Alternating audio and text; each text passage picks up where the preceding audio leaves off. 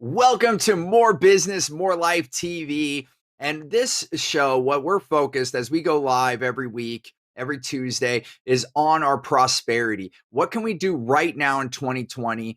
And how can we make an impact? And I want to share our stories and our guest stories. And I just wanted, before I introduce our guests, I just want to share with you that we are also doing a Wow Client webcast later this week. And if you're watching this on replay, we're going to keep doing these. But these are ways that we're helping folks right now in this economy. How do you actually grow business, have wow sales, while being authentic and while actually helping others? And that's what this is all about. And today's no different. Today, my guest is Wendy Yates, and she has done a lot of things. We have a lot of areas to talk. She has multiple businesses, and she's been able to grow during this time. And I guess, Wendy, right away, the thing that comes to me and I love to ask is, when you notice that what was happening in 2020 wasn't a short thing, it wasn't a sprint, it was a marathon. What became most important for you and your businesses? The thing that became most important, well, I realized right away, I panicked like everyone else, sort of, but my panic is spring into motion and go as fast as possible. So it was like, how else can we diversify? What other services we can add, and how quickly can we do it, and which ones are going to be the most viable in the event that we can't go back to the way things we were typically accustomed to doing things. So it was a sprint for me immediately, pretty much within the week. I had actually just gotten back from traveling to grow my business in Hawaii, and I had gotten on the plane, and it was before, like the weekend before the shutdown. I also had a wellness day planned that Saturday, and I think everything where I live shut down that Sunday. And I was kind of like just not in the know. Like I had heard about a little bit, but it happened so quickly that I felt immediately that it could probably go on for a long period of time. Well, so you kind of knew, and we can pick that apart a little bit. And thanks for sharing on that. And I guess I'm curious, like, what would you say has been your biggest success or turning point so far for this year? I think the biggest success is that everyone else, we were sort of a virtual company already. We work with we work with developers and builders and homeowners that are buying usually a second or a luxury home. So they're not typically living where we work. So we already had some virtual platforms in place, but I think the biggest success so far has been everyone else realizing that things can be done virtually, and it's helped us move forward faster, our global expansion. So we had always planned to sort of start diverting more globally. We had focused on Mexico for development work, but we are officially in the Dominican Republic, and now we are actually launching into Italy. And so I think the recognition that it was okay to be more as a global community than, what I think there's a lot of us as entrepreneurs that see ourselves as global citizens, but there's a lot of consumers on the other end, or people coming into the entrepreneur world that don't really understand that they have to be so localized. And while we love our local communities and our local clients, our goal was always to become a bigger, more global platform so that we could have a bigger, larger impact in the global initiatives that are personally important to me. So I think it definitely made that move a lot quicker because it was more about the relationships that had a right fit rather than, oh, you're within a certain proximity to me. So I think it definitely opened up a whole new world for people to take opportunity to grow their business beyond just, how far they can throw. That's amazing. Yeah, and because you were already working semi-virtually and in some cases full on virtually before this all started to happen, you were able to move even quicker. And so now you've actually expanded. And so I'm curious, like now that you've had that and you're able to do more virtually and it kind of pushed you a little faster, what does having that do for you? For me, it brings me a lot more joy. It helps me to really start adding in other areas of revenue for I had been focusing on adding, the seven streams of revenue prior to what happened in 2020, but it just made me move faster, and being able to grow faster, more globally allowed me to also give more globally. It allowed me to, again, more people got on Zoom. Zoom and Google Chats and all that stuff was very common, but having the rest of the world sort of be sort of a little bit forced into it, allowed us more opportunity to connect with more people and a lot more things that maybe you couldn't physically go to, trade events, coaching events, mastermind groups, they became online. And one of the things that I did is I did up my coaching. And I think that definitely was a game changer for me because it brought me together with like-minded people that previously I would have had to go away. Not that I still don't want to go away to retreat, but Yeah. that would have had to do that in order to connect with. And it's just bringing, sort of everything a little bit more centralized and more people are accepting that as a normal way to, make new friends, if you will.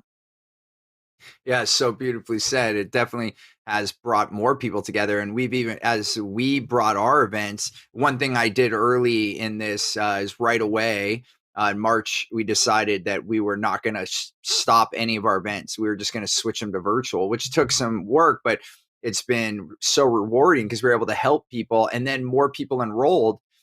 And we had several events where we had folks from Australia and both sides of the coast, some people in Puerto Rico. And so when we were having our meal break here in California for lunch, then it was breakfast in Australia and it was dinner in Puerto Rico. And I've had people from all over the world come to our events, but it's truly global now, like in the same event. So and then we did breakout rooms, and there was some breakout rooms where you had someone from Puerto Rico and someone from Portland and then someone from Australia in the same group. And so they're like working in these global rooms. So it was so awesome to see and so awesome to see your growth. Congratulations on like taking action and knowing that change was basically inevitable at this point in this year and then working with your strengths and really allowing for expansion. I'm curious now to take a moment and step back, and we will come. I want to come to some how to's and like slow things down a little bit. So maybe we can help others take some of those steps and initiatives you did. But before we do that, I just want to also take a step back and say, what was it like before this? Because here you are having this movement, before you were taking this level of action, I don't know if it's like in 2019 or where that is, but what was it like before having all of this global expansion that you're having now? Really just it was a typical. So it was the goals and the desires and the vision and the mission was the same. It was for a future plan and it was spread out over a much longer time period. And it was a for me, actually, I remember at the beginning of 2020, I was like, things just aren't happening fast enough. And, you know, and Yeah. things are happening fast enough. I was actually personally having a little bit of just personal turmoil with what direction I was going to take my company. Was it going to continue? I had looked. I had always planned to move into. I work for a lot of developers now, but I plan to work more as a developer and bring in my own design team. And so I was like, this is just it's taking so long. And I think when everything sort of got disrupted and people were forced to stay inside, like a lot of people just left me alone. And I was like, oh, that's weird. You know what I mean? Like they had to take a space and evaluate, were they going to move forward with their projects? What were they going to do?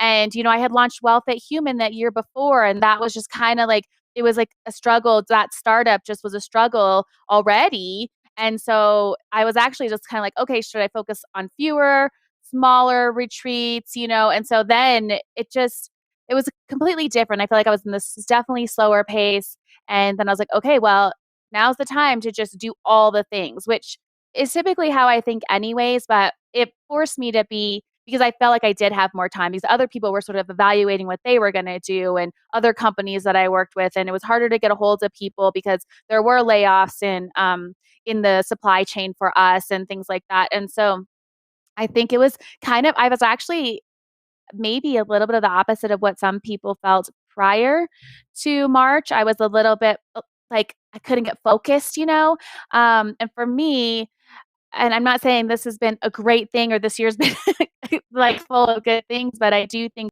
there's thing to be said for thriving in chaos and coming out on the other side and really taking the time to look within yourself to be like, okay, what do I want to be on the other side or when, as things evolve and change. And I really did do that. I took a look at my financial structure. I just evaluated everything and why it was being so slow before. And then felt like I had, um, there again, just more resources, more coaching was available, easier to get coaching.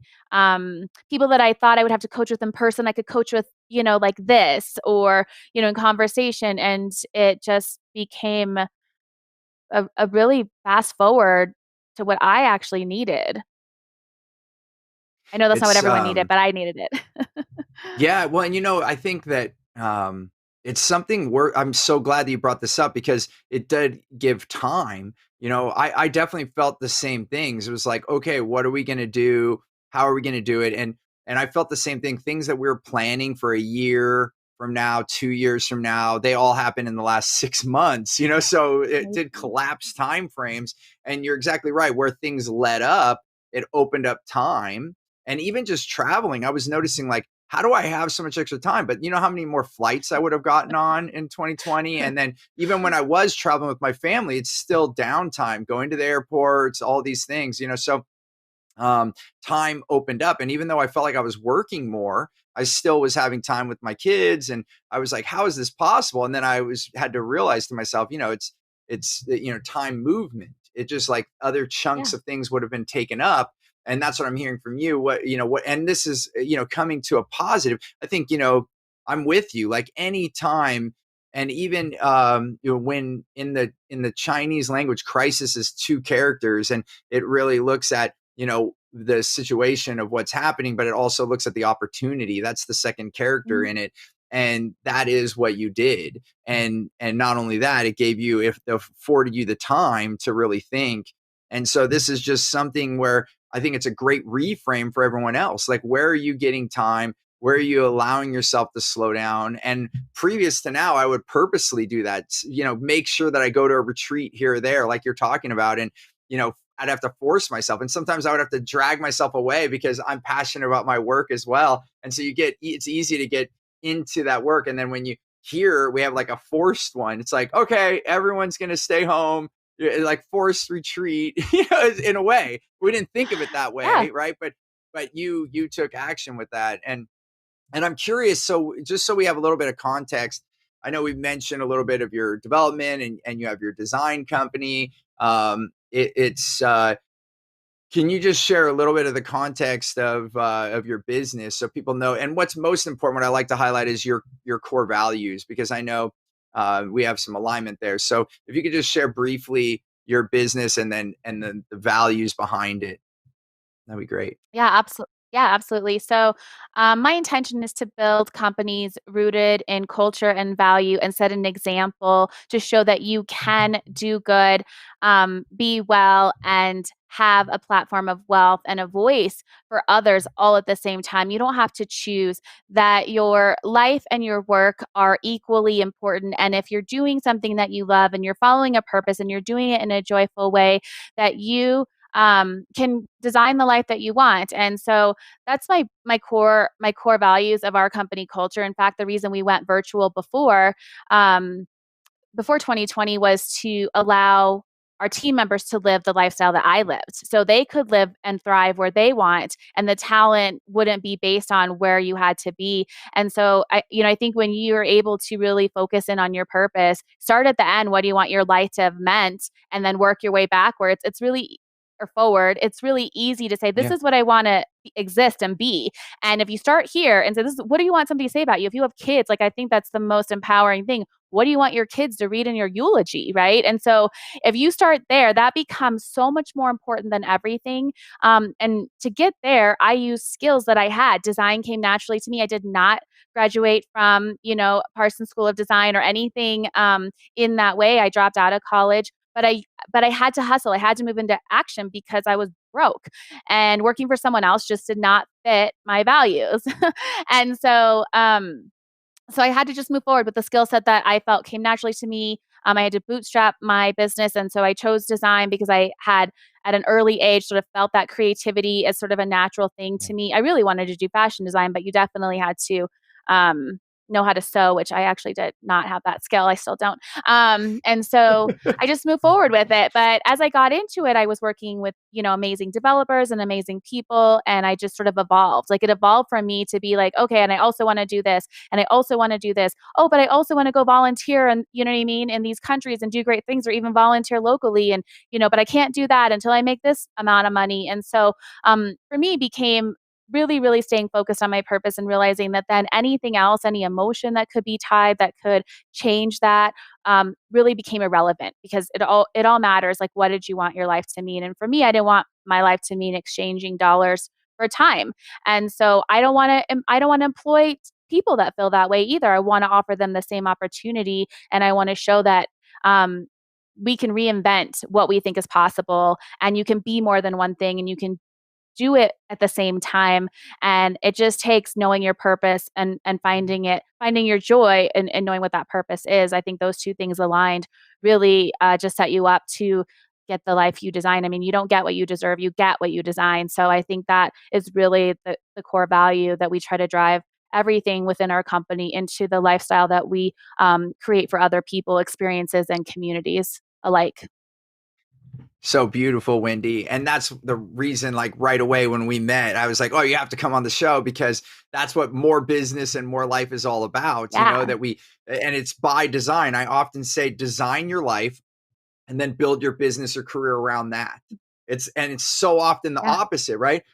We often find so many people are out there going to make that certain dollar amount or once I reach this position in my career or this amount of money, then I'll have my life. And it's this magic wand thinking that like poof, now you'll have the life. And in fact, the further you go up the corporate ladder, the more stress and the more work. I work with a lot of CEOs and they're like, holy crap, I thought I would get here and then it would be like the end of the finish line, but then they're just starting the race after they already ran a marathon. It's like getting to the end of the marathon and think you just finished the race and they're like, keep running, keep going, you can't stop now, keep going. It's like it's that treadmill that you can't get off of, and that's also by design. So it's so beautiful what you're saying about, and I believe it too. Start with the end. Where are we going? And in the last couple of years with where I want to go with my business, it actually freaked us out because we're like, here's where we want to go. Here's the impact we want to make. And then it's like, whoa, the company's way bigger than we thought it was going to be. So it was definitely not based on money. It was based on what impact we want to make on the world. And then it Mhm. was like, okay, now let's roll up our sleeves. Let's go. So I believe in, and it's what I speak about and what I train about. And so we're so aligned there. And it seems like, with you following your gut, it seems like you had always done it that way, like just listening to yourself. Or I guess what I'm looking for now, and thank you so much for taking the time to share all this with our audience. I'm curious, before making this move, and I don't know if this was at the beginning of 2020, like when everything started happening, like what were the steps you had to take if we were to like slow down? Because I like to do that. If we can like, kind of go in slow mo, and you and I like to talk fast. So, but not in our speed of talk, but just slowing ourselves down enough so that we can give a teaching moment. Like what would be, the turning point moment? And I don't know if that was prior to 2020 for you, or if like in that beginning moment, like when like you said, I guess let's go there. You said there was a freak out moment. So what turned that freak out moment? If we slow down on that moment, like what was the turning point from freak out to momentum that you created? Well, I do talk fast and I also operate. I always say speed is my starting point. I didn't create that sentence. Sally Grimes, actually, a really a wonderful CEO of another company, said that. But I always think it. I'm like, yes, that's so true. You're not, it's just not fast enough. But that's just me and me personally. But as far as the slowdown goes, it was more of, I think the panic was super quick for me. I was like, okay, like all the things that we want to do, let's just get started doing them, right? Because one of the things too with my staff, we did have projects get put on hold, pretty large projects, because they were in the hospitality and commercial space, and those projects just did not move forward. Some organizations just did not feel comfortable paying subcontractors when they were laying off their staff, when their restaurants couldn't be open. And Right. that's part of our business as well. And so it was like, okay, I really wanted to, I think what it was is my team. I'm like, I really don't want to have to, you know, disappoint my team or let them down, not out of guilt, but just out of all these grand plans that we had for 2020, which were a little different. They were growth in different ways. But I really think that I thought about them, to be honest. And I was like, and my purpose. I was like, I'm here to change lives. I'm here to change lives, like, and impact as many people as possible. And yes, I do design through design that everything exists. And so I had to move that forward and beyond, sort of reinvent.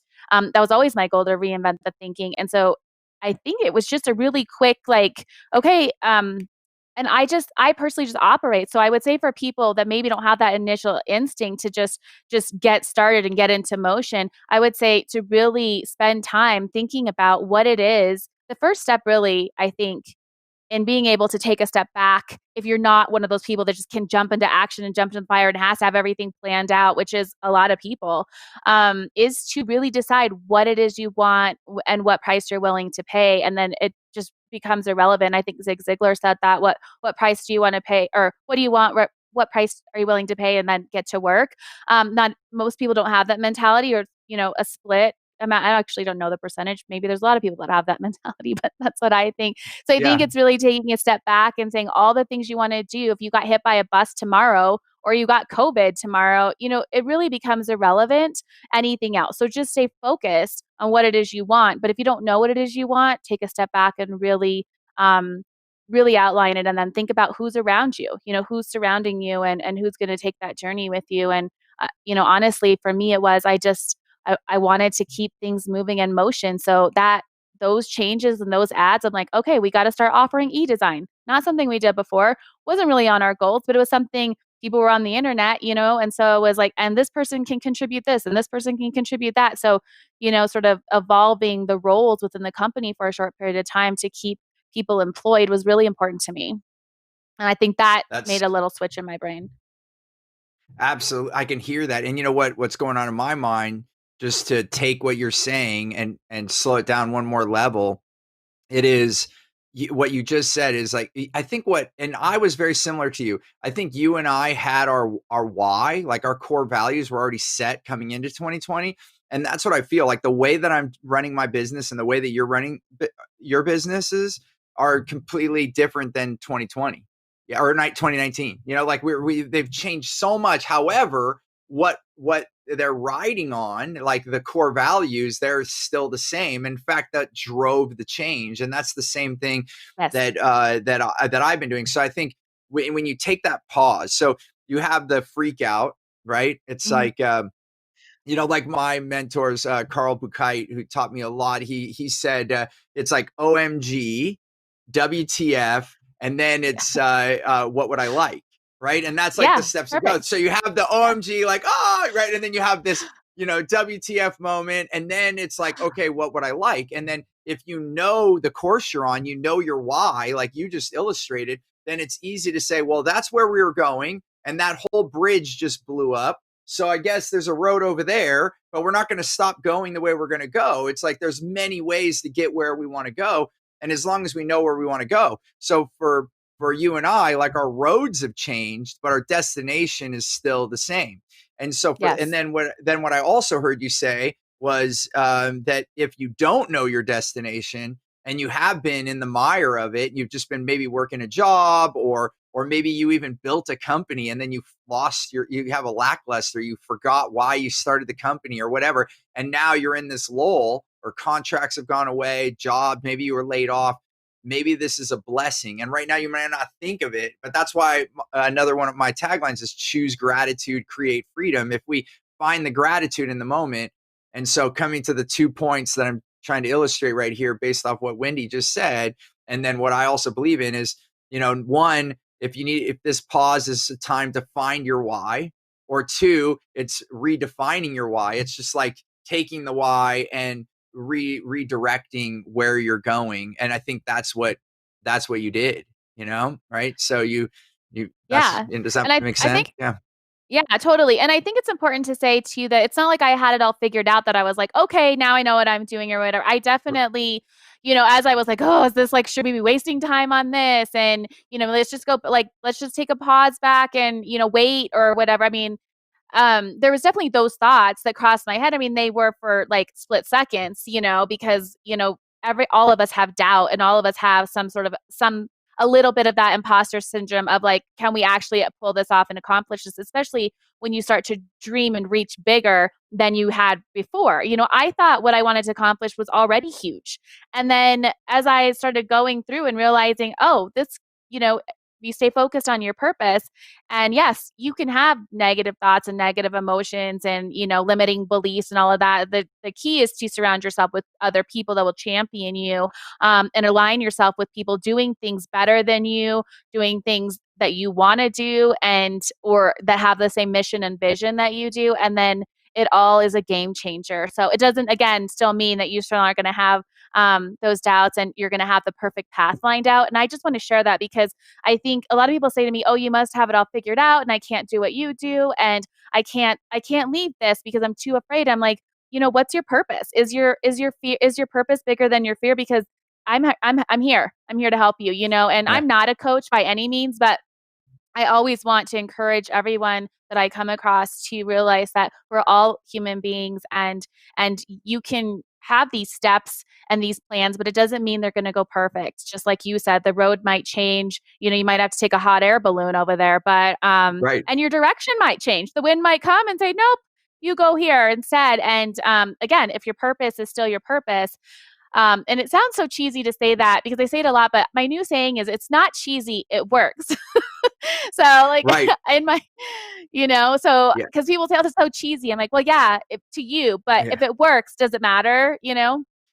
Well, another one of my mentors, Jeffrey Slater, he used to always say, and I use this line now too. I basically, I'd rather be cheesy and have what I want than to be cool and not have what I want. Yeah. Like Yeah. that's just it. Like, so that goes back to the thinking of, okay, I'm not going to have what I want because I'm worried about what you're thinking about me. Mhm. That's totally, Why? because if you're, Yeah. that's like follow. Believe me, I've done that. I mean, I did that. I mean, when I We was all growing up, you're have. worried about what other people think. You have all this armor on, and even personal growth. And you're bringing that up a lot, like surrounding yourself with the right people. And I wish I would have done that earlier. When I spoke at some youth and high schools, and because I started as an entrepreneur at 19, and basically I wish I had more direction. And one teacher at the end of speaking at a high school, he said, "Steve, can I ask one more question?" I'm like, "What is it?" He said, "What are 2 words you would tell your high school self?"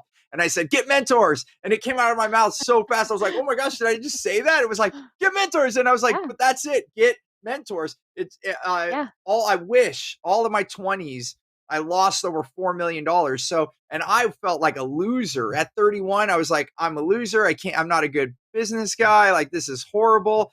And then when I finally met my mentor, he's like, how many people in their 20s have the ability to lose 4 million? Like, you have to have Yeah. 4 million to lose it. So like, and I was like, oh yeah, I guess that's true. And I was still taking in, but it wasn't until I was 31 that I finally started getting coaches. And now I'm a coach, speaker, author. I bring a lot of thoughts and guide people, and I still have coaching. I invest heavily in myself and in my family because it's so much faster. It just as a reference, in my 20s, I calculated all. I lost over $4 million that we earned, that we lost by all kinds of things, messed up businesses, bad real estate investment. Like, I did it all, right? And then in my 30s, I invested over $500,000 in coaching, mentors, and now I'm in my 40s, and I would go back to my 30-year-old self and say, pay double, because it's Yeah. priceless. Like, I can't even put a price tag on the life that I have now. Um, and so yeah, so I I love honestly all these couldn't agree points. more. Yeah, I Yeah, couldn't agree more, not to interrupt you, but I couldn't agree no, it's more, and okay. I just wanna second that. I actually did a little bit of coaching prior, but, I mean, I'm so happy that you started coaching in your 30s. I am in my 40s, and I did, like, sort of straggle into my 40s and then start coaching, but, in 2020, I definitely sought after higher, more skilled mentors that I was scared to reach out to, that I thought, oh, they're too big for me, whatever, but mentors want to help people like that, Yeah. and so, and I agree, like I spend more money on coaching now than on anything in my life. Anything. I can't even think of anything that costs more. Yeah. And I spend a lot of money, like, and I give a lot of money away. I can't think of anything that costs more. And I just keep growing it. Like, it's kind of like the next level. And I think it's amazing that you said that, because I think it's something that I really wish, specifically in my 20s, that would have been more prevalent and more accessible. And I think now, we have an opportunity, and people have an opportunity to take advantage of so many amazing coaching and mentors, even more than before. You don't have to go off to an island, secluded island somewhere to be, you know what I mean, to go find these mentors. You can easily access them. And they're, people like us want to help other people. That's one of our whole, missions. It's like, Yeah. if I have an idea and you have an idea and we share our ideas and we help each other, then we have two ideas. And if we multiply that over and over and over again, it's not about a competition of who's better, who's more successful. It's just all about, like, let's share and grow together, and become that true global society where we actually can have real impact and not just talk about having it. So I think coaching is key Absolutely. to that. It's together. Together is one of our core Mhm. values that we, in the African proverb, it says, if you want to go quickly, go alone. And if you want to go Yeah. far, go together. And this is together. We're all, even you and I, like we have a lot of similarities, but we come with different angles and different experiences. And so we're both bringing different things to the table. And so, and we could keep going. And I am going to have you on my podcast as well, so we can spend more time discussing things. And that's more like a fireside chat. So we'll chat about that. But I just, since we're coming to the end of our show, I just want to reiterate, when things change or slow down, whether it's in 2020 or in the future, what Wendy's talking about and what we're expressing together here is that, take that moment to say, okay, do I know my why? Like, even reflect on it. Is it exactly where I want to go? Is my heart beating for this? And if it is, then be willing to change the direction. I often say, if it's getting hard the way you're going, but you still believe in what you want to do, keep going, but let the road change. There's a lot of different ways. Mhm. Or like Wendy said, you can take a hot air balloon. You might not need any roads. The best path might be in the sky, wherever it is, but find that way and don't give up on your dream. Just be willing to give up on the path if the path gets hard. So I took that away from our conversation. And then the other part is, if you struggle with any parts of this, like knowing your why or how to get where you want to go, then it comes back to getting mentors. That would be like the step by step. It's like, if you know your why, then take a different direction. If you don't know your why, find your why. If you have trouble finding your why or the direction, get a mentor. I think if we were Yeah. to put everything into like 20 I seconds, think would you you just add simplified anything? it into a poster. That's Perfect. it. That's it. That's how my mind always wants to make it simple. But before we go, Wendy, would you add anything to that? Or do you think that's does that put a little cup of tea on what we talked about? I mean, I think that sums it up perfectly. And I couldn't agree more with everything you just closed out with. Beautiful. Well, it's been a pleasure having you on the show, Wendy, and we're definitely going to have Wendy on our podcast so we can spend a good hour talking about, because there's so many things that have happened in your life that I think it would be great to share with our audience. So I'm very grateful to have you on the show, and grateful that we're going to have you on another show soon. And then just a reminder to everyone out there, we are doing our Wow Client Webcast coming up. We've been doing a handful of these and it's absolutely free. And it's basically a training Q&A with me live, so that you can interact with me and figure out what you can do right now and what we've been doing to move business. Like Wendy and I were talking about, how do we reposition things so that we can have the success that we want right now in 2020. So I look forward to serving you more. Thanks so much for showing up. We're here every Tuesday at 2:15 Pacific time. Until next time, remember, choose gratitude and create.